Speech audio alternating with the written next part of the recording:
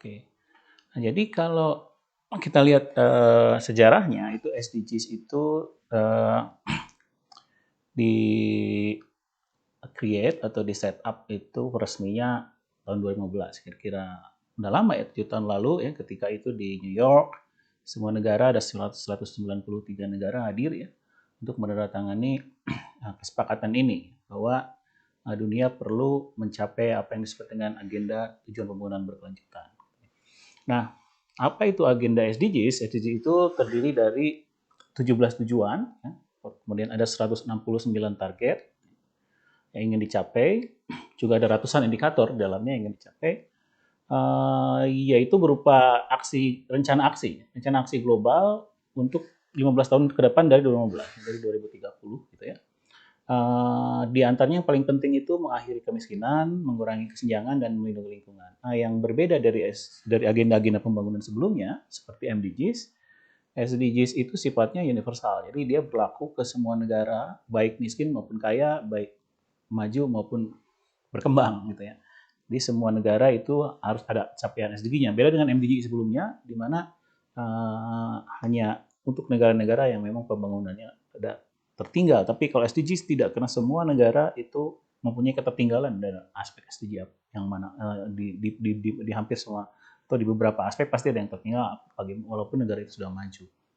Nah, salah satu juga yang merupakan ciri SDGs itu ya, yang penting itu adalah prinsip yang disebut dengan LNOB atau Leaving No One Behind, di mana di situ bahwa pembangunan itu harus untuk semua, jadi tidak boleh ada yang tertinggal. Tetapi di satu sisi itu menarik juga karena di sini ada dua aspek yang agak berbeda yang dikaitkan dengan Leaving No One Behind, yaitu yang disebut dengan keadilan substansial. Kalau keadilan substansial itu berarti memang orang harus ikut sejahtera semua gitu ya, tanpa terkecuali dalam proses pembangunan, itu yang disebut dengan keadilan substansial. Tapi juga ada yang disebutkan keadilan prosedural. Keadilan prosedural itu adalah bahwa dalam melakukan pembangunan, baik itu dari perencanaan, baik itu dari memformulasikan masalah, membuat kebijakan, itu semua juga harus diajak bicara. Itu semua harus dilibatkan dalam keseluruhan proses, itu disebut dengan keadilan prosedural. Nah, ini yang menarik juga dari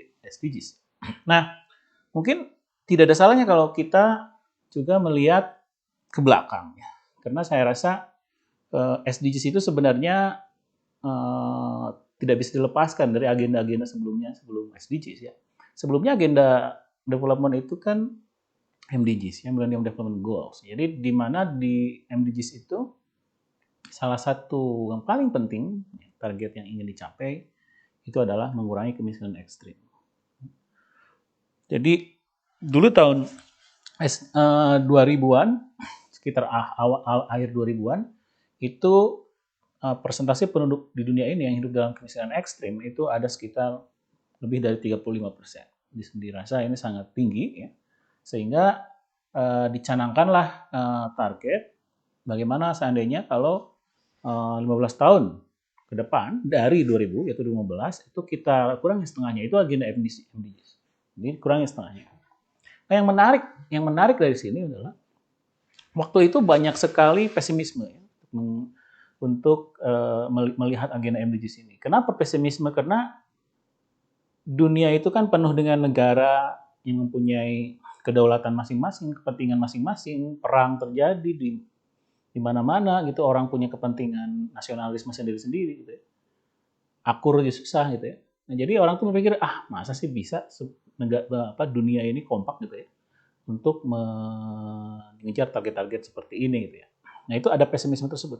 Tetapi pesimisme itu dibantah dengan hasilnya. Karena faktanya ternyata ketika waktu berlalu, proses MDG ini rolling, yang terjadi adalah pencapaiannya itu bahkan melebihi apa yang ditargetkan.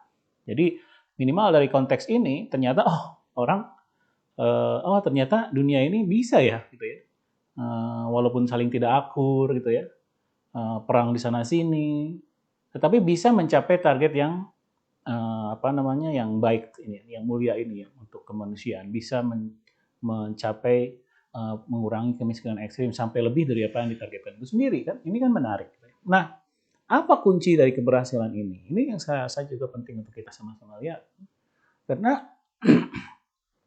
kunci dari MDGs, keberhasilannya, itu menurut saya itu at least ada 3. Ada 3. Pertama, agenda ini sifatnya global. Nah, global itu di KTT kita tanda tangan pemimpin negaranya, itu mengunci semua negara yang punya kedaulatan sendiri untuk mencapai agenda yang disepakati bersama. Itu berarti global. Ini kenapa penting? Karena agenda global ini biasanya orientasinya jangka panjang. Nah, ketika jangka panjang biasanya negara, terutama kalau negara itu demokratis, political cycle-nya pendek, 5 tahunan gitu. Itu sering kepentingan politik short term ya, itu lebih dominan daripada kepentingan jangka panjang. Dan development itu biasanya agenda jangka panjang. Gitu. Nah, dengan adanya agenda global, maka artinya si negara tersebut mau merelakan memberikan kedaulatan rencana aksinya kepada sebuah aksi global, ya, dan dia terkunci untuk melakukannya. Siapapun presidennya, gitu. Nah, ini saya rasa hal yang sangat penting ya, dari bagaimana agenda global seperti MDG dan SDGs itu merupakan opportunity untuk kita agar kita sama-sama secara kolektif untuk set aside short term interest toward long term interest gitu. Nah, ini saya rasa penting, ini kunci. Lalu juga khusus untuk MDGs, karena waktu itu MDGs hanya ada 8 goals, itu dia mementingkan skala prioritas. Jadi prioritasnya ini, gitu ya. Karena kan semua negara, kadang-kadang kita itu kan sangat keinginan banyak tapi resource terbatas, kemudian hanya membuat shopping list apa yang akan dilakukan gitu ya. Padahal misalkan 20% terprioritas yang bisa berhasil dilakukan itu misalkan menyelesaikan 80% masalah. Nah, itu yang namanya ada priority prioritization. Nah, ini dilakukan oleh agenda-agenda seperti ini. Nah, yang terakhir menurut saya kunci keberhasilan agenda ini biasanya itu kena saling membantu. Development goal seperti MDG maupun SDGs itu biasanya ada ukuran-ukuran yang sangat spesifik bahkan kuantitatif terkait apa yang dicapai. Gitu. Nah, jadi indikator suksesnya jelas dan standar sehingga we can manage what we measure. We can manage karena we can measure. Gitu. Nah, ini 3 hal penting yang menurut saya sebagian besar, kecuali yang kedua ini memang, yang satu yang ketiga itu masih merupakan elemen penting dari SDG, ya, yang juga yang akan membuat opportunity untuk mencapai tujuannya itu relatif baik, gitu ya. Nah kemudian 2015 selesai, MDG selesai kan. Lalu mulailah orang berpikir, loh, kan banyak yang belum tercapai dari development goals MDGs, berarti harus dilanjutin. Nah, dilanjutkanlah, disepakatilah ada apa yang disebut dengan post 2015 agenda, which is mentransform MDGs ke SDGs. Transformasi yang paling kentara tentu adalah berubahnya goal dari 8 menjadi 16. Ya. Nah, kalau kita lihat goal dari 8 ke 16, ini kalau boleh saya sarikan seperti ini. Jadi, ada goal yang lebih didetailkan. Misalkan goal 1, yang eradication of extreme poverty and hunger itu dipecah. Ya. Dari hungernya dipecah. Gitu ya. Kemudian poverty-nya ada sendiri. Jadi dipecah. Ada yang tetap seperti education, ya, kemudian gender, gitu ya. Ada yang mau kemudian digabung seperti terkait dengan health, gitu ya. Ada yang sama, nah, ada yang di-expand. Yang di-expand tuh yang ini. Jadi terutama yang terkait dengan agenda yang sifatnya itu lingkungan. Agenda lingkungan itu dipecah dari 7 agenda, dari 1 agenda 7 menjadi 6 agenda. Pecah-pecah gitu. Jadi ini adalah expansion dari goals.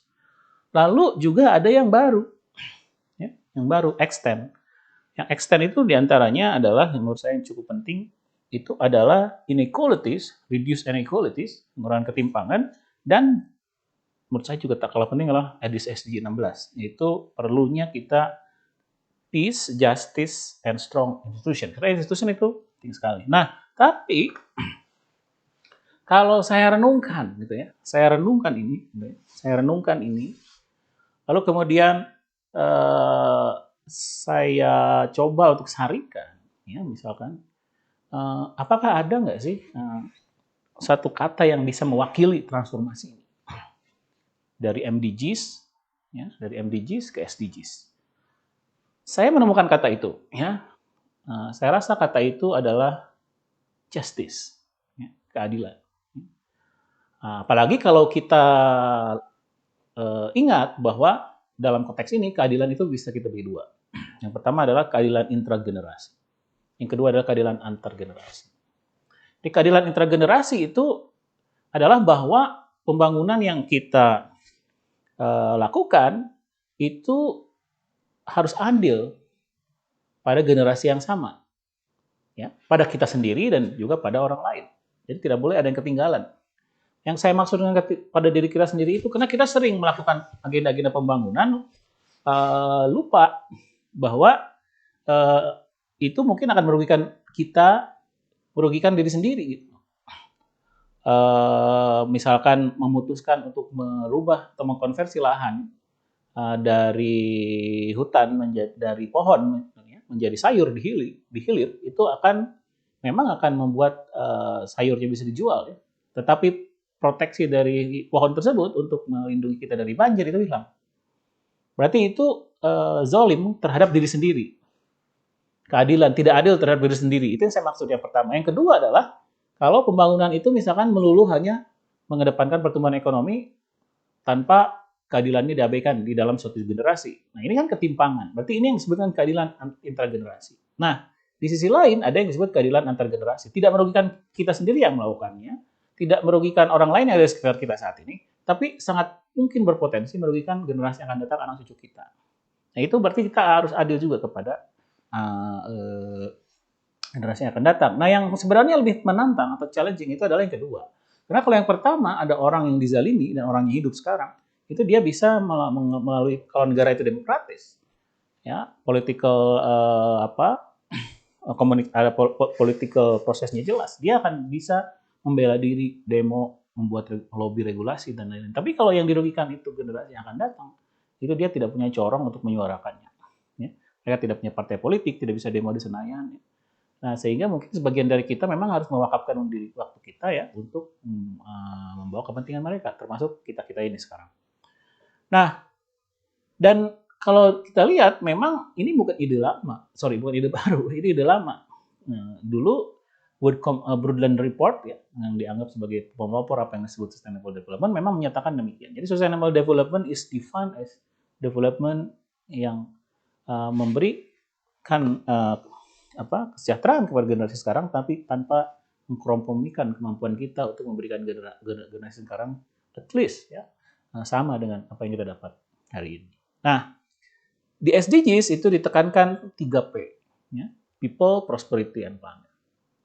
Nah, ini saya rasa kata kunci yang kalau boleh ya hasil dari perenungan saya, apa yang menjadi transformasi dari MD ke SDG ini adalah justice, intergenerational justice dan intragenerational justice, ya, yang yang mungkin ini tidak begitu strong di MDGs, tetapi sangat strong di SDGs.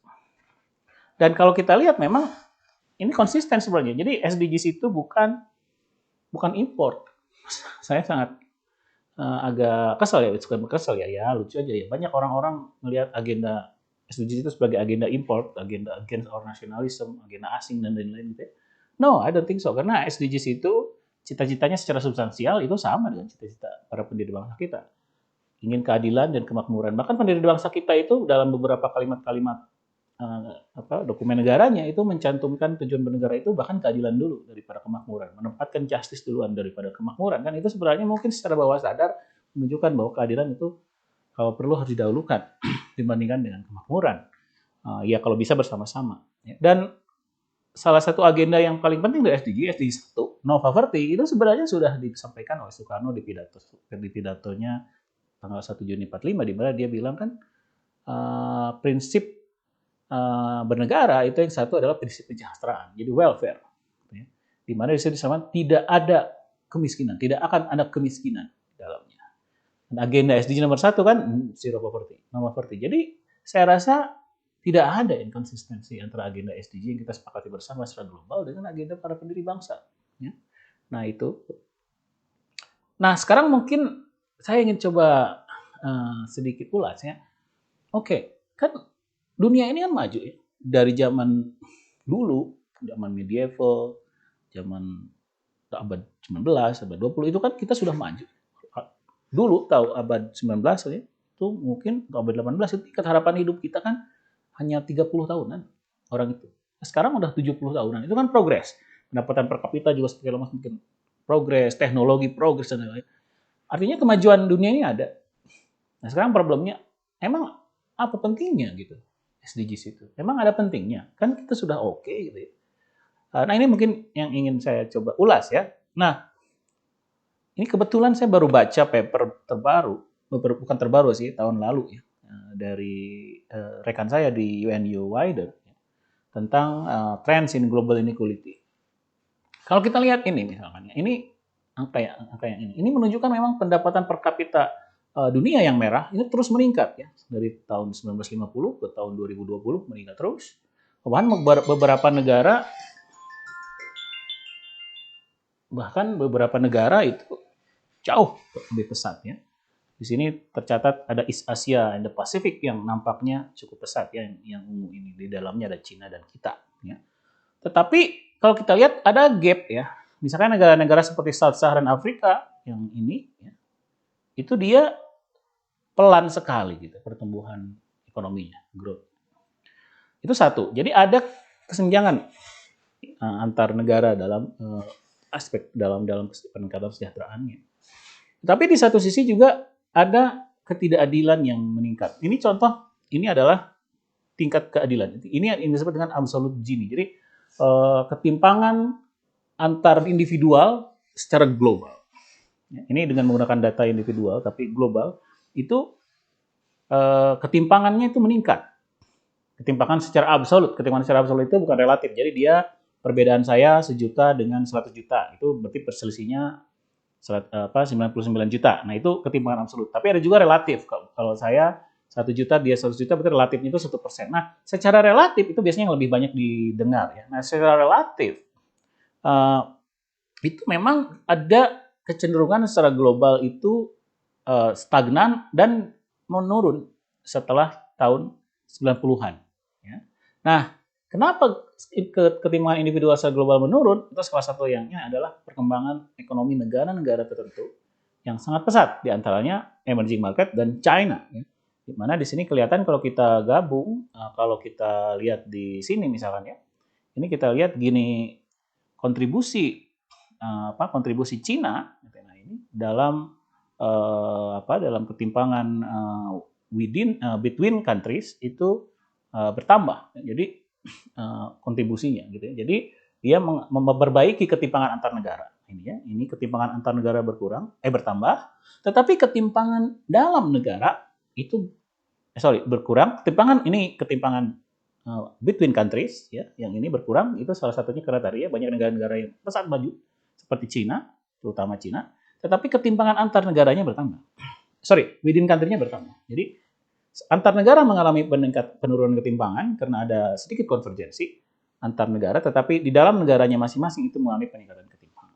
Nah, jadi ini yang terjadi. Jadi ketimpangan itu artinya apa? Ketimpangan terjadi di mana-mana gitu. Walaupun secara global terjadi penurunan, tapi ketimpangan di masing-masing society itu mengalami peningkatan.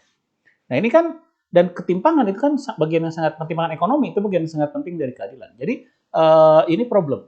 Kalau negara society itu sangat timpang itu problem sosial koheren, sosial kohesifness itu akan terganggu. Dan saya yakin berbagai isu yang even sekarang terjadi di Indonesia, ya, intoleransi, saling provokasi, itu adalah bagian yang terpisahkan dari konsekuensi ketimpangan. Kalau kita lihat mereka-mereka yang melakukan aksi-aksi intoleransi, kemudian sedikit-sedikit demo di jalan, itu kalau kita lihat mereka orang-orang yang sangat vulnerable secara ekonomi. Ya. Mereka tidak mempunyai decent jobs dan lain-lain. Saya rasa itu dan melihat society semakin timpang kan dia merasakan that injustice.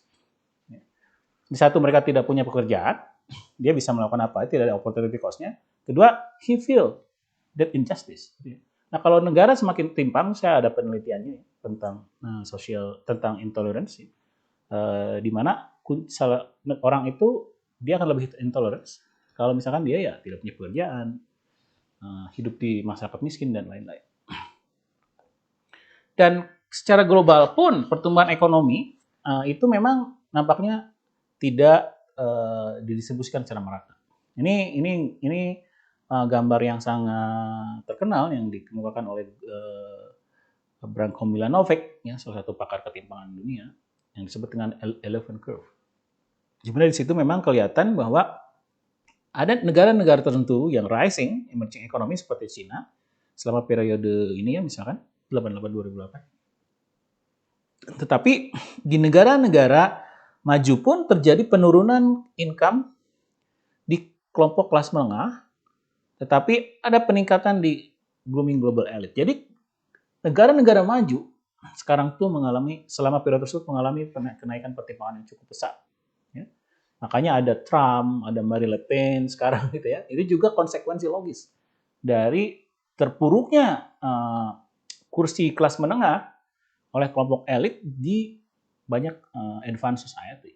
Ya. Jadi oleh karena itu makanya SDG itu kan adalah agenda bukan hanya negara miskin atau negara berkembang, tapi negara maju juga mempunyai agenda-agenda itu. Karena ketimpangan itu tidak hanya terjadi di negara miskin. Bahkan di negara miskin mungkin ketimpangannya rendah karena sama-sama miskin. Tapi di negara-negara developed countries terjadi selama periode 80-an itu terjadi apa yang disebut dengan ketimpangan meningkat ya, seperti ini. Nah ini juga paper yang baru saja keluar minggu lalu dari salah satunya dari tiga kemudian kawan baik kolega saya di UNU, Raffi Kanbur, kemudian Ortiz sama Andi, itu membuat paper yang berjudul Global Inequality Boomerang. Nah, ini menarik sekali. Nah, kalau di sini itu kan kita tahu bahwa peningkatan ketimpangan itu dikontribusikan oleh within countries. Between countries-nya itu justru help to reduce inequality. Tapi menurut paper ini itu ternyata temporary katanya. Ya. Karena justru sekarang ada masalah di dalam transformasi ekonomi negara-negara developing countries. Karena China itu maju, ya, ternyata itu dengan mengorbankan potensi kemajuan dari negara-negara yang lebih miskin. Ya. Karena kan dulu emerging countries kita itu kan maju dengan industrialisasi, manufacturing. Ya. Nah, manufacturingnya itu di-steal sama China sehingga mereka tidak mempunyai jalan ke sana, ini habis sudah sekarang. Gitu. Jadi dengan demikian ketimpangan antar negara itu akan semakin melebar setelah tahun 2020 di sini. Ini skenario yang terjadi. Jadi ini terjadi karena driven by the path between country inequality, bukan within country, between country inequality. Karena middle income country approach income level of high income countries, gitu ya. Tetapi pull away from low income country. Nah, bagaimana dengan Indonesia? Nah, Indonesia yang menarik ya. Indonesia itu kalau berdasarkan catatan saya, kalau menggunakan ukuran Gini koefisien, itu kita memang tidak begitu timpang-timpang amat. Tetapi orang lupa bahwa Gini koefisien di Indonesia itu dihitung dari consumption. Kalau dihitung dari consumption itu sangat underestimate inequality yang sebenarnya. Nah, ini ada peneliti di Amerika yang mencoba untuk membandingkan secara apple to apple dengan income, dan hasilnya menunjukkan Indonesia itu ternyata salah satu negara dengan ketimpangan tertinggi di dunia di sini ya. Bahkan lebih tinggi dari Amerika yang konon katanya mbahnya kapitalisme. Ya. Dan kalau kita lihat di sini, ini selama periode 2000-an ketika Brasil, negara yang konon sangat timpang ya. Kan terkenal Amerika Latin itu sangat timpang. Itu mengalami penurunan, Indonesia mengalami kenaikan dan sekarang setara dengan Brasil ketimpangannya. Ini saya rasa fenomena yang menurut saya harus kita pantau bersama ya. Dan sering orang tidak merasa gitu ya. Kebetulan beberapa waktu lalu saya men-tweet data Susenas yang bilang bahwa kalau keluarga dengan total pengeluaran di atas 20,7 juta per bulan, itu mereka bagian dari kelompok 1% pengeluaran tertinggi di Indonesia. Jadi 1% terkaya di Indonesia kalau penghasilan kita itu di atas 21 juta per bulan. Orang kaget, ya, rame itu sampai ini di retweet 1.500 kali sama orang, di view 5 ribuan. dan saya diundang berbagai podcast. Ini salah satu podcastnya, kalau Anda Bapak Ibu ingin dengar, silakan lihat. Ini bagaimana kagetnya orang dengan fakta ini. Ya wajar kaget, karena memang tidak merasa. Tapi faktanya begitu. Ya, itu bisa dilihat lagi ya di situ. Nah, dan tantangan yang lain gitu ya. Dengan adanya kondisi Indonesia yang ketimpangan relatif tinggi itu, kita tuh sangat vulnerable terhadap krisis. Jadi saya sempat bilang, pernah saya tulis kalau nggak salah di majalah Tempo ya, waktu itu tentang the perfect storm, badai yang sempurna. Jadi ketika krisis COVID hit dengan kondisi seperti itu seolah-olah badai yang sempurna. Kemiskinan naik lumayan, malnutrisi bahkan meningkat. Jadi hanya sekedar pertumbuhan ekonomi drop sedikit saja, malnutrisi bertambah dari 7,66 menjadi 8,6. 1 percentage point malnutrisi bertambah. Kalau krisis menyebabkan malnutrisi, itu artinya yang kena krisis itu adalah orang-orang miskin, orang-orang vulnerable kan. Itu artinya ada sangat vulnerabilitas dalam ekonomi kita.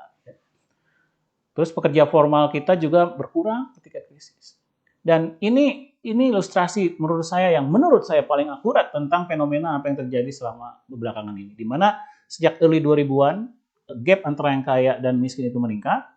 Ketika pandemi itu lebih dirasakan oleh yang miskin.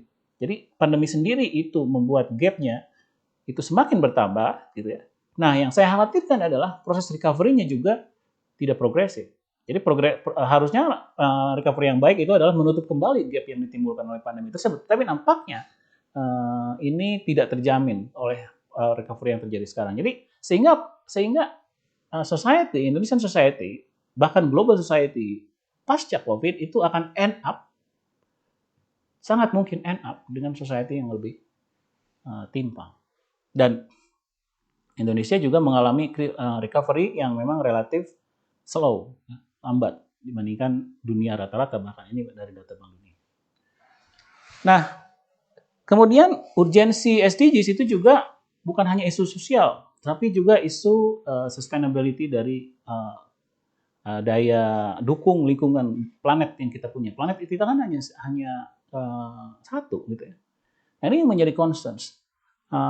Sekarang itu ilmu pengetahuan tentang climate change sudah semakin baik. Gitu. Dulu kita masih nggak begitu yakin gitu ya. Sekarang kita sudah cukup yakin bahwa ada 75% probability misalkan ya di tahun 2050 akan ada penaikan suhu 2-3 derajat Celcius. Kemudian 50% chance bahwa antara 3-6 derajat Celcius. Itu kita sudah cukup assign probability to that dengan konsekuensi yang jelas di sini konsekuensinya ya. 2 derajat aja rising yield in some region memang ada baiknya, tetapi mulai ada excessive damage to coral reef, kemudian intensity of storm dan lain-lain. Nah, ini dihitung oleh Nick Stern, itu membuat Stern Report, bahwa kalau ini terjadi, itu akan menurunkan GDP 3% dunia, yang 70% change. Kemudian kalau yang terjadi ini, bahkan konsumsi per kapita bisa sampai 20% turun. Wow. Ya. Nah, terus analisis dia adalah kalau kita take action sekarang, itu cost-nya hanya 1%. Jadi, it's a no-brainer economic policy sebenarnya kita untuk mitigate climate change. Ya. Jadi ini mungkin yang juga, bukan mungkin, saya rasa ini yang juga menjadi alasan kenapa agenda lingkungan yang ada di dalam MDGs itu extend atau dipecah menjadi lebih banyak gitu ya. Saya rasa salah satunya adalah urgensi ini. Nah, lalu sekarang kita masuk lebih spesifik ke Indonesia. Indonesia seperti yang saya sampaikan tadi sudah mencapai banyak kemajuan dalam pembangunan. Per kapita income kita sudah hampir masuk ke upper middle income. Ya. Mungkin tahun ini kita sudah masuk ke upper middle income lagi walaupun tipis. Ya. Kemiskinan sudah drop dari misalnya dulu tahun 70-an itu bisa sampai 68%, sekarang hanya tinggal 2 digit mungkin ya. Cuman masih banyak tantangannya kalau kita bicara tentang SDG. Saya akan coba ulas satu-satu ya, dengan memberikan contoh ya, dari semua agendanya. Yang pertama SDG 1. SDG 1 itu no poverty. Indonesia itu walaupun angka kemiskinan nasionalnya itu bisa jadi sebentar lagi atau nanti itu hanya 1 digit, tetapi kita tuh sangat vulnerable. Ya. Artinya orang-orang yang near poor-nya itu banyak. Ya. saat ini itu kalau kemiskinannya itu kita sesuaikan standarnya dengan kelompok negara kita kan negaranya udah hampir upper middle income countries ya. Kalau upper middle income countries itu kemiskinan rata-ratanya tingkat garis kemiskinan rata-ratanya itu 5,5 dolar per purchasing power parity per hari per orang. Itu kalau dirupiahkan itu sekitar bukan kurs yang ya, standar ya, kurs PPP itu 5 ribuan, berarti 5 kali 5 25.000. Kalau standar negara upper middle income itu garis kemiskinannya itu 25.000 rupiah per orang per hari. Ya. Nah kalau kita masuk ke 25.000 rupiah per orang per hari itu masih ada sekitar lebih dari setengah orang Indonesia itu masuk kategori miskin. Jadi 140,7 juta orang Indonesia masih miskin. Dan ini yang membuat menjadi alasan kenapa ketika ada COVID orang pada teriak. Katanya yang miskin cuma 9%. Kenapa kita baru memberikan bantuan kepada lebih dari 9% orang? Ya simply because we are so vulnerable. Ya, dan ini agenda nomor 1 ya. Agenda SDG 2 zero hunger. Nah ini juga sangat penting. Salah satu yang menurut saya sangat worrying itu adalah malnutrition. Malnutrition. Ini saya berbicara di Kementerian Pemuda. Nah, itu kemudian saya define pemuda berdasarkan undang-undang. Itu adalah mereka yang lahir yang umurnya ya yang lahir di tahun 90-an sampai tahun 2007-an. Itu pemuda zaman sekarang. Nah, itu kalau saya lihat data IFLS itu mereka itu pemuda, berarti pemuda sekarang masuk kategori pemuda di Indonesia. Itu 40% mungkin bisa dibilang lebih dari setengahnya itu stunting waktu bayi gitu. Bayangin. Dan efek dari stunting itu gila untuk IQ development itu total banget. Jadi saya mikir ya, kalau pemuda Indonesia sekarang itu setengahnya stunting, bayang nggak kalau dulu itu mereka nggak stunting? Indonesia mungkin akan lebih dari 2 kali lipat lebih berjaya ekonominya daripada sekarang karena mereka lebih inovatif, lebih pintar dan lain-lain. Nah ini saya rasa agenda SDG 2 kita yang paling penting adalah malnutrition. Ya. Lalu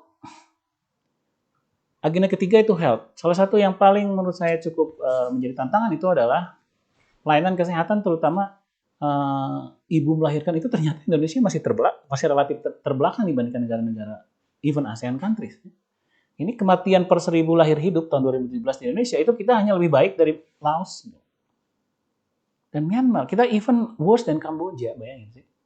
Kebayang nggak Indonesia negara G20 itu masih ada ribuan ibu meninggal karena melahirkan. Kalau ibu meninggal melahirkan itu saya hanya ingatnya di film-film cowboy gitu. Di film-film cowboy itu kalau istrinya melahirkan hanya 50-50 chance, dia hanya berdoa aja, either meninggal atau dia sehat, itu aja udah 50% chance. Tapi kan kita di abad 21 ya, di negara G20, masa sih? Gitu ya. Ini salah satu tantangannya. Ketiga. Education juga sama. Yang paling berat adalah bukan quality-nya. Quality-nya udah cukup berat kita ya. TISA score kita relatif rendah terus ya. Cuman selain itu adalah akses, keadilan aksesnya. Jadi kalau kita lihat data longitudinal misalkan ini, ternyata kalau orang tuanya itu dulu tahun 2000 itu dia masuk kelompok 1% termiskin, itu hanya 7% anaknya di tahun 2014, 14 tahun kemudian ada di pendidikan tinggi. Sebaliknya kalau dia masuk 20% terkaya, itu dia masuk bisa jauh lebih tinggi. Jadi artinya keberhasilan orang untuk mengenyam pendidikan tinggi itu masih sangat tergantung siapa orang tua mereka, terutama kelompok sosial ekonomi statusnya. Nah ini kan itu. Dan selain itu juga ya aksesnya masih rendah. Hanya 9% misalkan saat ini pekerja di Indonesia yang mengenyam pendidikan tinggi. 9%. Lalu agenda gender equality juga masih banyak. Di antaranya adalah kasus usia dini, pernikahan usia dini kita masih banyak, dan COVID-19 itu meningkatkan berkali-kali lipat pernikahan dini. Ini datanya ada di Departemen Agama kalau saya tidak salah ya, karena mereka harus minta izin. Nah ini ada 3 kali lipat ya, peningkatan pernikahan usia dini ketika COVID. Ini menunjukkan how economically vulnerable women ya dalam hal ini. Agenda SDG 6, 50 juta penduduk kita itu tidak mempunyai nutrisi yang layak, ini juga tantangan. Lalu masuk ke isu lingkungan. 90% sumber energi nasional kita masih berbasis fosil. masih jauh ceritanya kita untuk masuk ke renewable ya. Lalu SDG 8. SDG 8 itu terkait dengan decent work and economic growth. Nah, ini yang tantangan menurut saya terberat sebagai ekonom. Karena ini sangat terkait dengan stagnasi dari industrialisasi. Kita mengalami tersiarisasi. Atau di beberapa paper saya bilang stall industrialization. Belum premature di industrialization, tapi stall industrialization.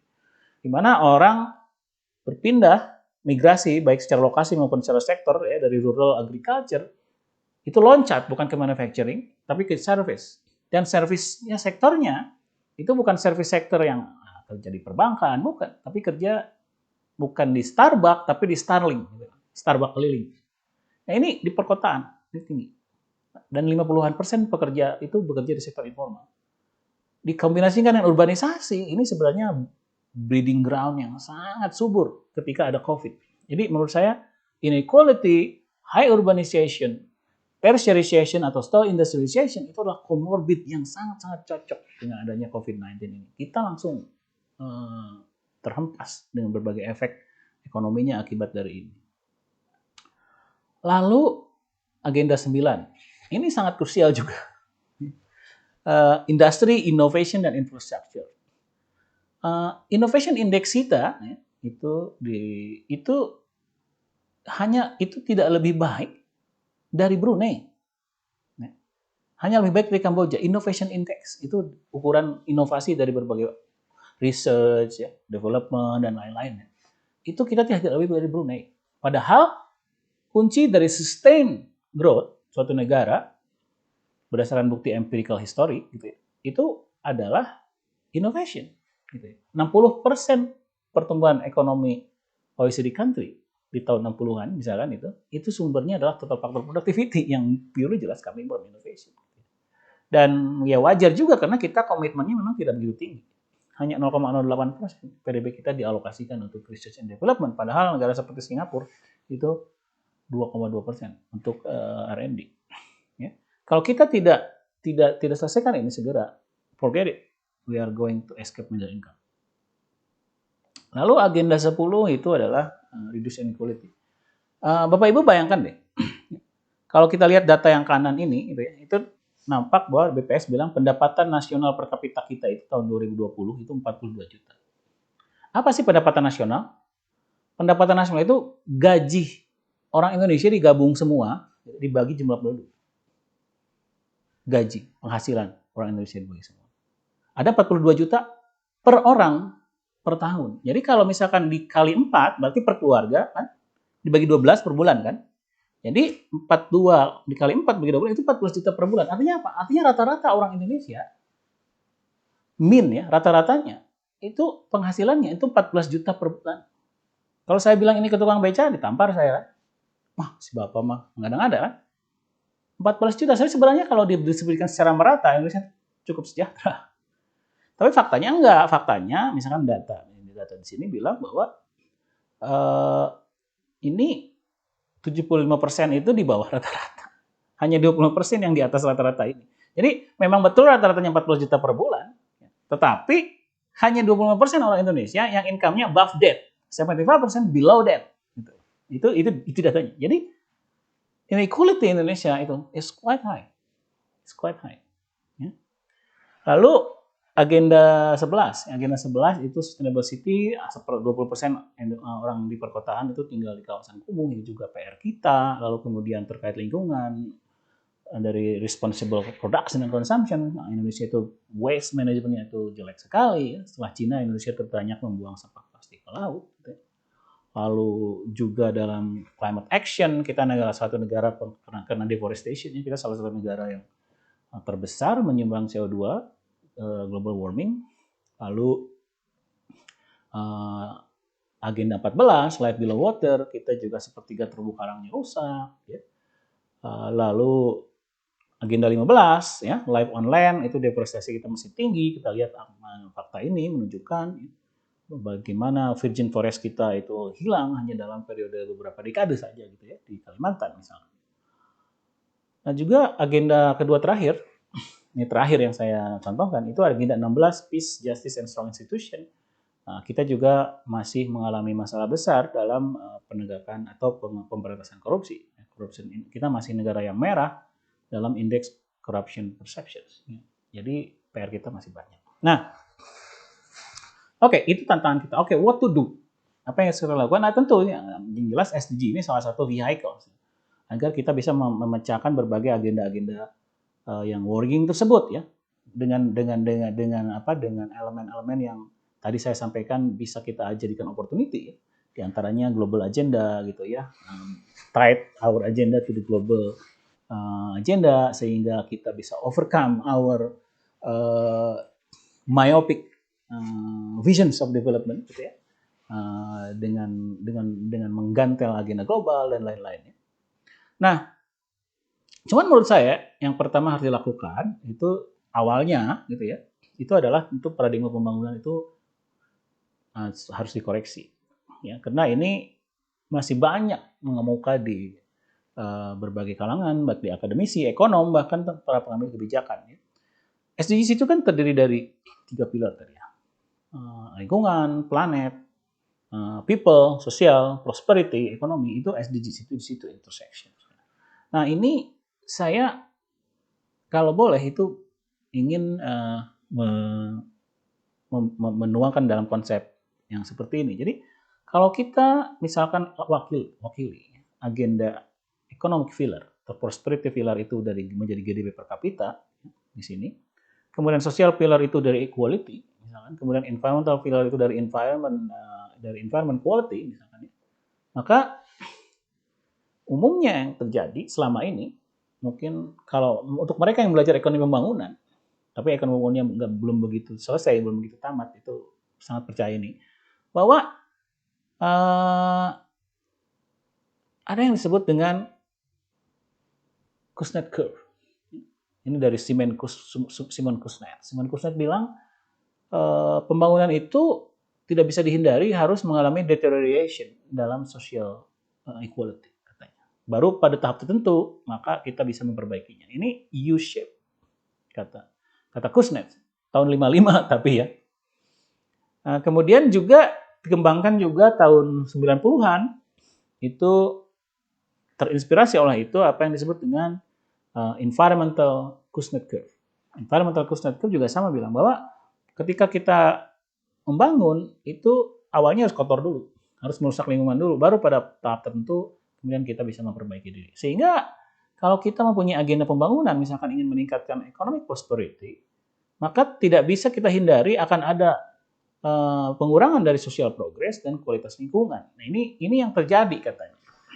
Ini pakem yang banyak mungkin waktu itu di-accept sama banyak kalangan, termasuk para ekonom.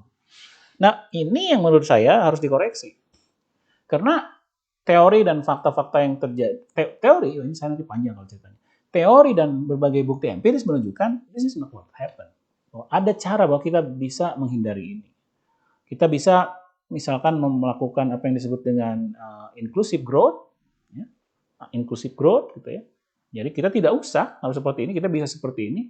Bahkan kita bisa melakukan green economy sehingga tidak ada trade off gitu, antara pertumbuhan ekonomi dan kualitas lingkungan, sehingga kita tidak harus melalui tahapan ini tapi melalui tahapan ini. Jadi ada banyak caranya sebenarnya kalau kita kreatif enough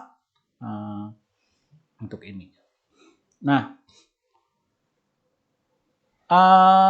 tantangan yang juga harus kita segera pikirkan itu adalah mencari strategi baru transformasi struktural. Karena Indonesia itu mengalami stagnasi dalam deindustrialisasi. Ya, kalau kita lihat manufacturing kita itu stagnan, relatif stagnan, apalagi di dalam persentase nilai tambah, ya, relatif stagnan. Tetapi kalau kita lihat jasa, nah ini meningkat pesat, ya, terutama di trade service. Trade service itu justru ada banyak informality di situ. Coba Anda bayangin, kalau ada sektor yang proporsi PDB-nya, nilai tambahnya itu konstan atau bahkan menurun sedikit, tetapi persentase orang yang bekerja di situ bertambah, artinya sektor tersebut semakin lama semakin berkurang produktivitasnya. Padahal itu adalah sektor utama kita, service. Jadi sektor jasa itu Sekarang stagnan tren dari share PDB-nya, tetapi meningkat tren orangnya. Artinya apa? Produktivitasnya, income yang di-earn dari sektor tersebut lama-lama berkurang. Nah ini problem kita sekarang secara transformasi struktural. Itu tadi Starlink bukan Starbucks. Nah ini sangat berpotensi untuk menaikkan ketimpangan. Saya ada paper yang saya tulis juga dengan teman di BINS yang bilang bahwa fenomena ini itu akan sangat berkontribusi terhadap peningkatan ketimpangan selama ini dan juga di masa yang akan datang karena tren ini masih tetap ada. Jadi kalau tren ini tidak bisa kita hentikan, ketimpangan di Indonesia akan semakin lama semakin parah. Lalu tantangan yang lain itu adalah political economic constraint. SDGs itu sama seperti layaknya reform lain. Itu dia seperti mengambil tulang dari yang sedang digigit anjing gitu. Nah, sehingga kalau anjing itu kita ajak debat juga sampai berbusa-busa, mereka nggak akan ikut-ikutan dengan reform ini gitu. Karena ada winner and loser dan mereka losers. Jadi oleh karena itu kita harus membuat strategi lain. Jadi yang pertama itu menurut saya kita harus understand the distributional effect of reform. Jadi kalau kita melakukan reform, baik itu policy reform, tax reform, monetary policy reform, green economy reform, itu kita pertama harus memahami dulu what is the distributional effect of that. Ya. Dan ini bagian concern saya dan bagian topik yang juga menjadi interest saya karena saya dulu disertasinya di ANU tentang environmental policy and equity, jadi distributional effect of environmental policies. Dan ini penting, kenapa? Karena dengan memahami the incidence itu who win who lose dari sebuah reform, kita bisa tahu yang diuntungkan siapa dan berapa. Kadang reform itu menguntungkan secara ekonomi besar, tetapi karena didistribusikan ke banyak orang, masing-masing orang tidak merasakan potensi reform tersebut. Tapi kalau kita analisis, kita bakal tahu. Dengan mengetahui ini, kita bisa datang ke mereka untuk melakukan, hey, you are the beneficiary of this reform, then you have to support us. Jadi kita cari ally untuk mensukseskan reform. Nah, di satu sisi lain, kita bisa mengetahui siapa yang dirugikan oleh reform. Bukan untuk memusuhi mereka, tapi untuk berkata kepada mereka, bertanya kepada mereka, okay, you will be the loser of this reform, you will be it's costing you this much, how will you be gonna compensate it? Kalau kamu dikompensasi, kamu perlu berapa? Gitu. Nah, sehingga ada win-win solution secara politik. Nah, ini kan tidak mungkin kita lakukan tanpa memahami the incidence of such reform. Jadi, kita harus memahami distributional effect of such reform, termasuk reform-reform terkait dengan SDGs. Agar political economic constraint-nya bisa kita work around, kita strategikan dengan baik. Nah, ini yang menjadi penting, karena Indonesia adalah negara yang demokratis, di mana proses ini harus dilalui. Ini karena waktunya, 10 menit lagi, 5 menit lagi lah ya. Nah, ini contoh misalkan carbon tax. Carbon tax itu kita misalkan sekarang hanya mau coba-coba aja ya. Tapi walaupun begitu, kenapa ya? Karena carbon tax itu kalau kita lakukan secara penuh gitu ya, itu akan banyak yang dirugikan. Salah satunya adalah coal industry. Hanya coal industry. Jadi berat secara politik ekonomi. Ini cuman bukan berarti bottleneck ini tidak bisa kita strategikan. Salah satu bentuk strategi ekonomi politik menurut saya yang bisa dilakukan adalah membuat planning dengan baik. Dan planning dalam jangka panjang. Jadi walaupun kita bilang oke, kita tahun ini $1 aja misalkan carbon tax-nya misalkan ya di sini atau $2,1 aja gitu. Tapi kita udah tahu bahwa di tahun tertentu misalkan tahun 2045 tahun 2100 kita sudah menargetkan bahwa akan $20 per ton. Ya, kemudian kita tarik garis, ini. Artinya ada light at the end of the tunnel. Dan ini dilegislasikan sehingga siapapun presidennya itu kan akan melakukan roadmap ini. Jadi political economy concern-nya itu akan berkurang. Lalu juga dilakukan misalkan social public participation. Ya, misalkan carbon tax itu kan akan create revenue. Lalu kita diskusikan secara publik itu. Revenue-nya kita apain? Kita ajak bicara perwakilan-perwakilan masyarakat gitu dan lain-lain. Apakah untuk pengembangan renewable energy atau hal lainnya. Sehingga masyarakat itu mempunyai sense of belonging dari reform yang kita lakukan. Sehingga secara politik mereka akan mendukung kita. Itu ya. Nah, Yang jelas key to the reform itu adalah bahwa parameter reformnya seperti kapan gitu ya, tape-nya gitu ya, apa ininya itu harus politically decided, ya, publicly communicated, dan most importantly legislated. Karena dengan legislated itu maka seperti yang saya sampaikan tadi, siapapun presidennya dia akan terus untuk melakukan ini sampai target terminal time itu tercapai. Ini contoh. Nah ini saya rasa tidak dilakukan atau belum dilakukan di Indonesia untuk reform-reform kunci, terutama yang terkait dengan hal-hal yang sifatnya long term seperti SDG. Lalu challenge yang lain itu adalah, ini juga salah satu paper yang ditulis oleh teman baik saya, ya, Luke sama Kim, yang bilang bahwa salah satunya di Indonesia terutama, itu demokratisasi ini membawa challenge baru, ya, yang disebut dengan domestic policy space. Kita tidak, kan SDGs itu memerlukan anggaran publik, ya, karena market value correction kan publik penting. Cuman defisit spending kita kan dibatasi oleh undang-undang, tidak boleh 3%. Fiscal room kita terbatas. Sekarang itu tidak melanggar undang-undang kalau kita kecuali hal-hal kasus tertentu seperti COVID dan lain. Kita tidak boleh 3% dari GDP kan. Ada fiscal room yang dibatasi. Sehingga kita tidak bisa seenaknya untuk meningkatkan size of the government misalkan. Karena size of the government berkorelasi dengan deficit spending kan. Lalu ada juga political contestation ya. Political contestation ini di banyak sekarang di era ini 80-an sampai ke sini itu number of demokrasi meningkat, number of autokrasi berkurang. Dan Indonesia salah satu yang paling tinggi kenaikan indeks demokrasinya. Dan ini come with challenge. Artinya apa? Artinya tidak bisa kita tangan besi lagi. Kita tidak bisa tangan besi. Walaupun tangan besi kita itu misalkan benevolent itu niat baik. Ya, karena ini harus dilakukan, SDG, ayo kita lakukan. Itu tidak bisa lagi. Dalam konstelasi politik seperti sekarang. Itu tidak bisa lagi. Harus melalui proses politik. Nah, ini juga tantangan kan? Enggak.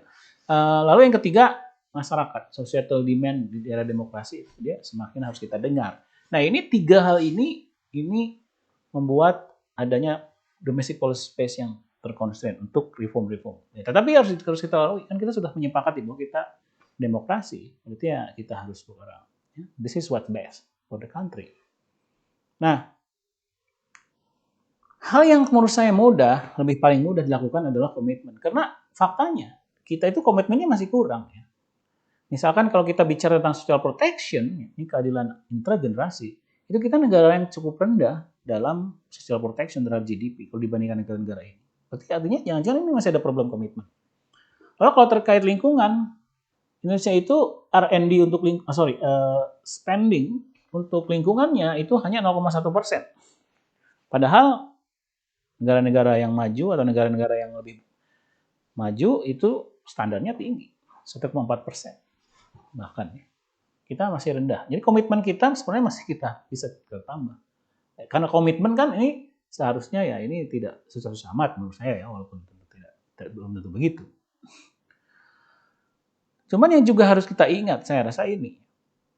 Kalau kita, teman-teman mungkin lupa, Bapak Ibu lupa bahwa di Undang-Undang Dasar kita, tepatnya pasal 34, ayat 4, itu jelas-jelas disebutkan bahwa perekonomian nasional diselenggarakan berdasarkan aras demokrasi ekonomi, ya, dengan prinsip kebersamaan, efisiensi berkeadilan, berkelanjutan, berwawasan lingkungan. Ini kan SDGs.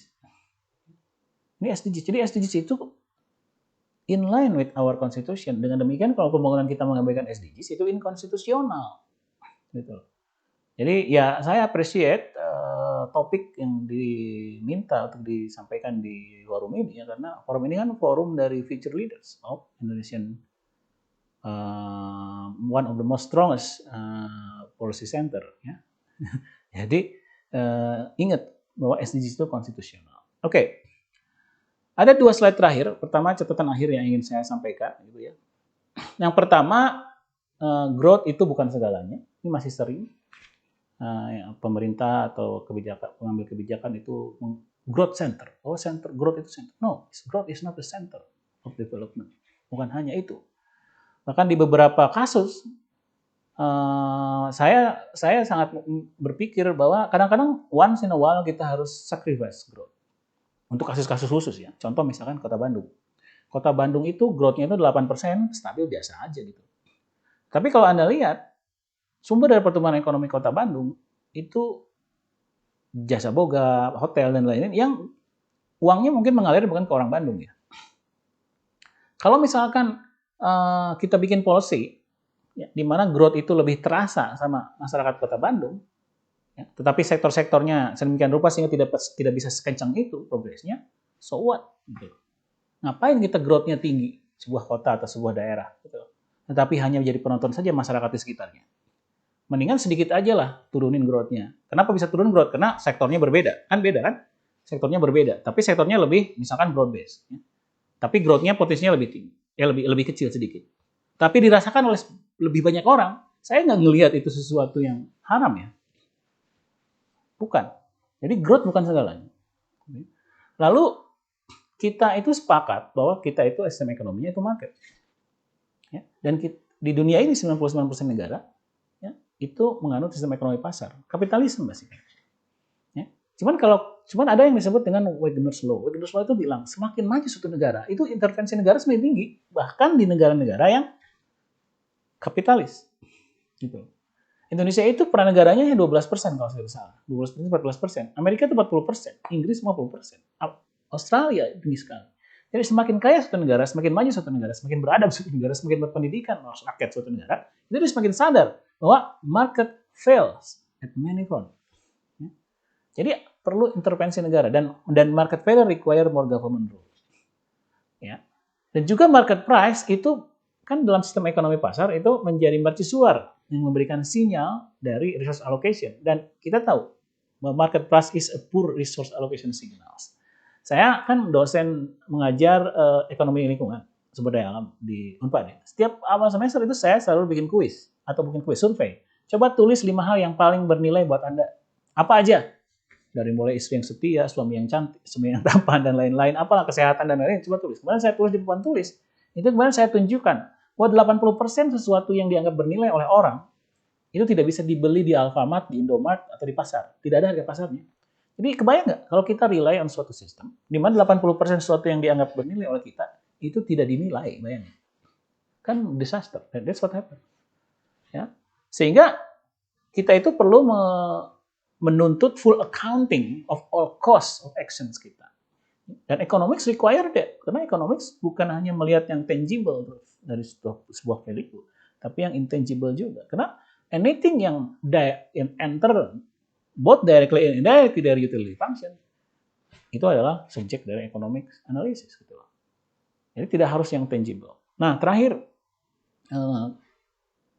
sebelum ditanya, saya juga akan menyampaikan, ada beberapa ruang perbaikan yang bisa dilakukan dalam memanage pembangunan kita agar lebih mencapai SDGs. Ya. Pertama, itu jelas kita harus memperkuat program targeting social assistance. Ya. Kemudian memprioritaskan program-program dalam jangka mempercepat pemerataan kesempatan. Jadi mobilitas sosial harus ditingkatkan.